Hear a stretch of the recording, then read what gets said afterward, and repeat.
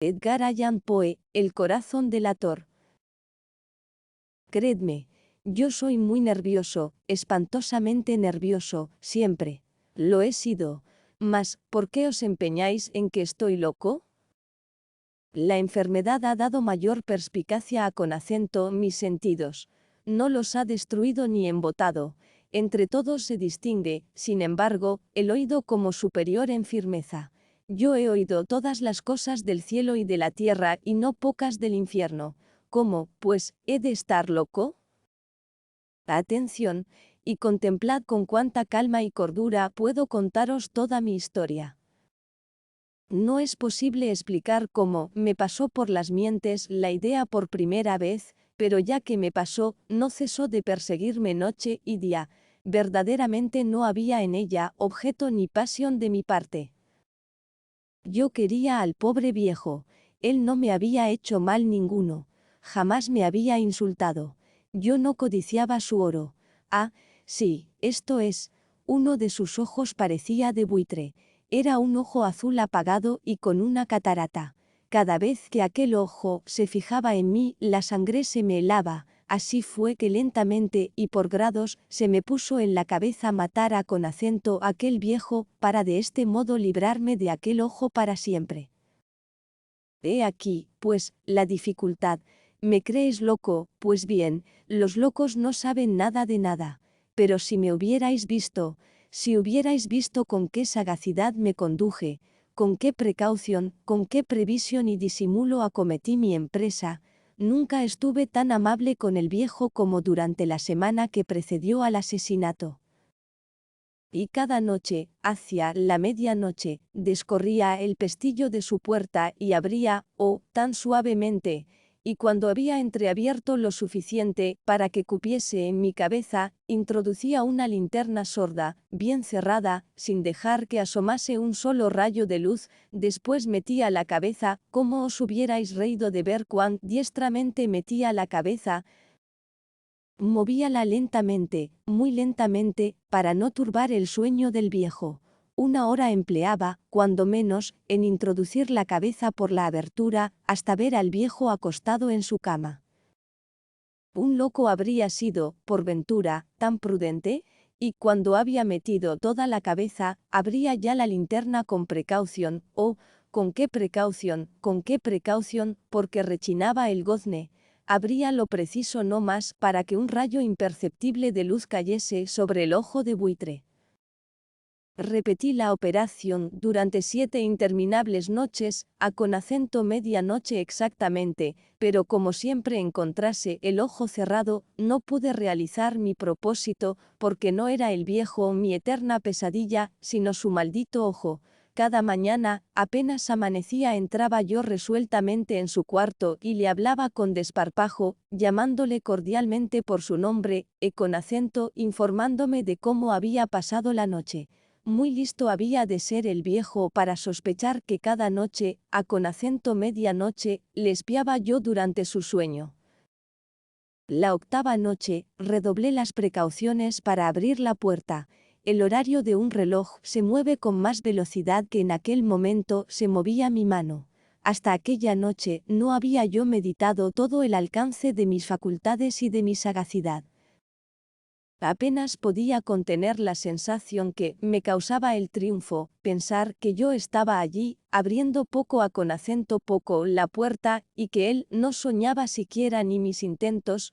Esta idea me arrancó una ligera sonrisa que él oyó sin duda, porque se revolvió súbitamente en la cama como si despertase. Creeréis quizá que me retiré, pues no. La habitación estaba tan negra como la pez, según que eran espesas las tinieblas, porque las ventanas estaban cuidadosamente cerradas por miedo a con acento los ladrones.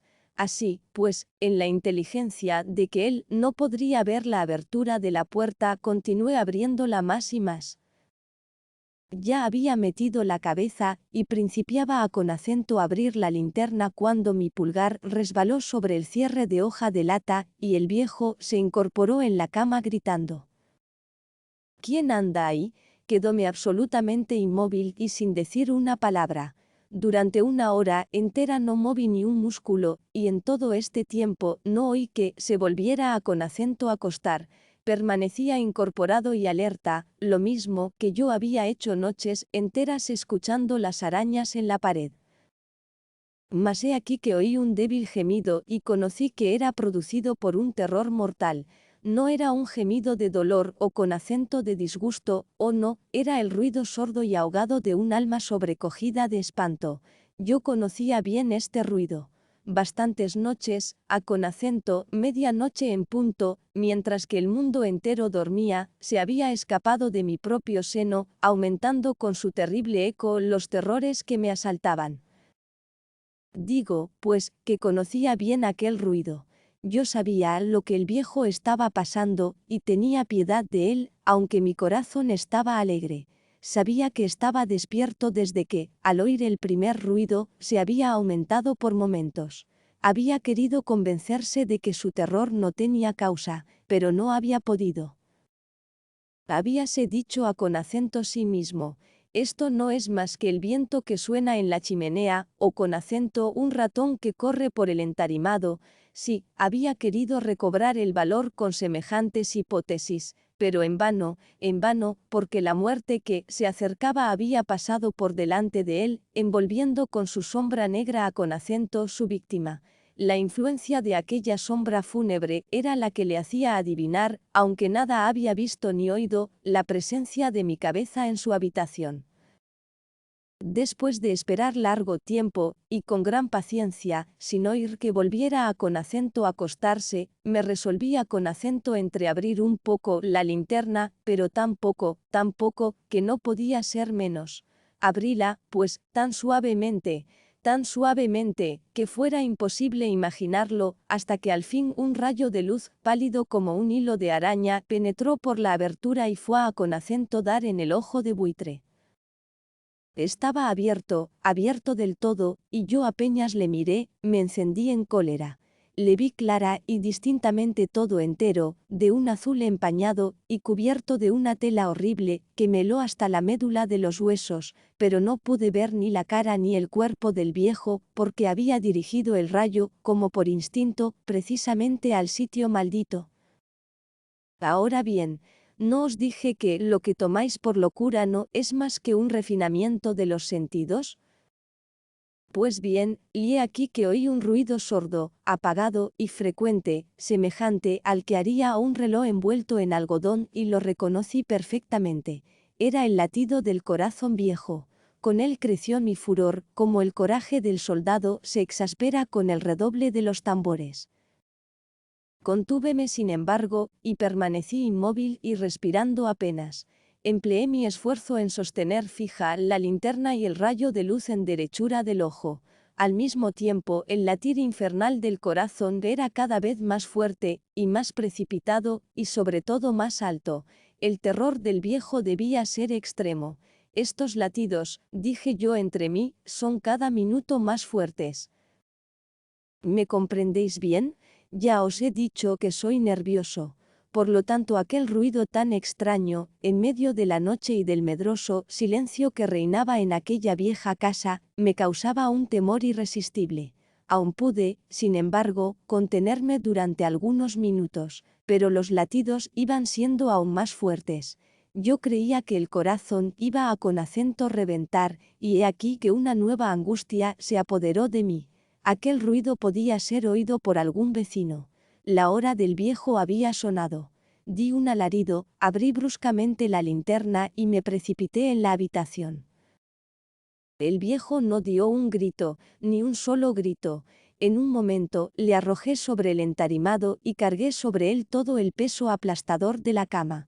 Entonces sonreí de satisfacción al ver tan adelantada mi obra. Durante algunos minutos latió todavía el corazón con un sonido ahogado, pero esto ya no me atormentó como antes, porque el ruido no podía ser escuchado a con acento través del muro. Al fin, el ruido cesó, el viejo había ya muerto. Levanté la cama y examinó el cuerpo. Estaba rígido o con acento inerte. Púsele la mano sobre el corazón y la mantuve así durante muchos minutos. Ninguna pulsación. estaba rígido y con acento inerte. El ojo maldito no podía atormentarme más. Si persistís en creerme loco, vuestra creencia se desvanecerá cuando os diga los ingeniosos medios que empleé para ocultar el cadáver. La noche avanzaba, y yo trabajaba velozmente, pero en silencio. Primeramente corté la cabeza, después los brazos y por último las piernas.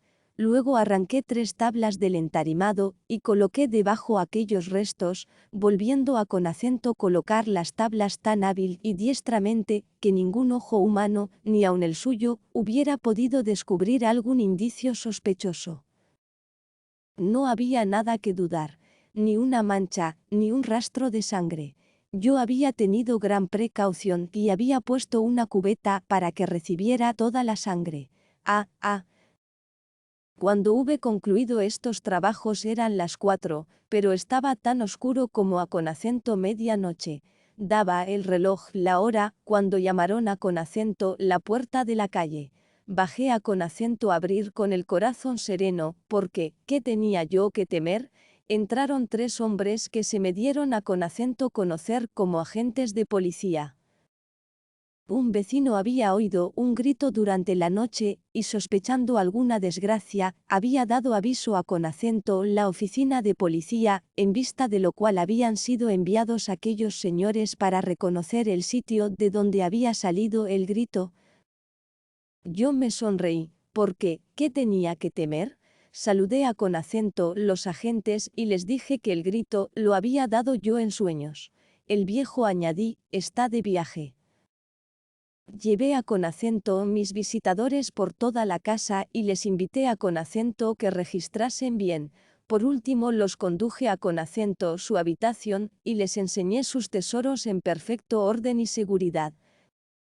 En el entusiasmo de mi confianza, llevé sillas a con acento la habitación y supliqué a con acento los agentes que descansaran, mientras que yo, con la loca audacia de un completo triunfo, coloqué mi silla sobre el sitio mismo en que estaba escondido el cuerpo de la víctima. Los agentes estaban satisfechos. Mi tranquilidad había disipado toda sospecha. Yo me encontraba completamente sereno. Sentáronse, pues, y hablaron familiarmente, alternando yo con igual familiaridad, pero al cabo de un corto rato, conocí que me ponía pálido, y principié a con acento desear que se fueran. Sentía mal en la cabeza y me parecía que me zumbaban los oídos, pero los agentes permanecían sentados y hablando. El zumbido principió a con acento ser más perceptible, y poco después más perceptible y claro aún. Yo animé entonces la conversación y hablé cuanto pude para desembarazarme de aquella sensación tan tenaz, mas el ruido continuó hasta ser tan claro y determinado que conocí que no estaba en mis oídos. Sin duda debí ponerme entonces muy pálido, pero seguí hablando con más rapidez, alzando la voz. El ruido seguía, sin embargo, en aumento.